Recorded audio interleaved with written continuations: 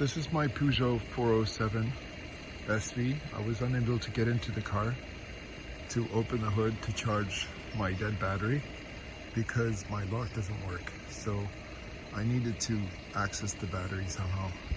And what I did was I took this thing that's used normally for construction. It's a bag which, when pumped, grows or bulges out. I'll show it to you. See how it grows bigger.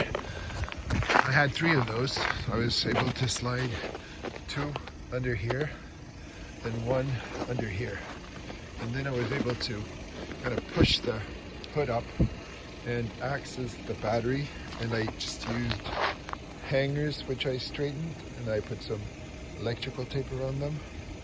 And I connected 1 to plus and 1 to minus, negative and positive on the battery, and then I was able to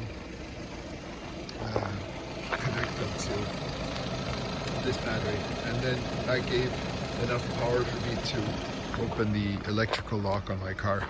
And I was able to get in and open the hood, and now I'm charging, and hopefully I'll be able to be on my way soon.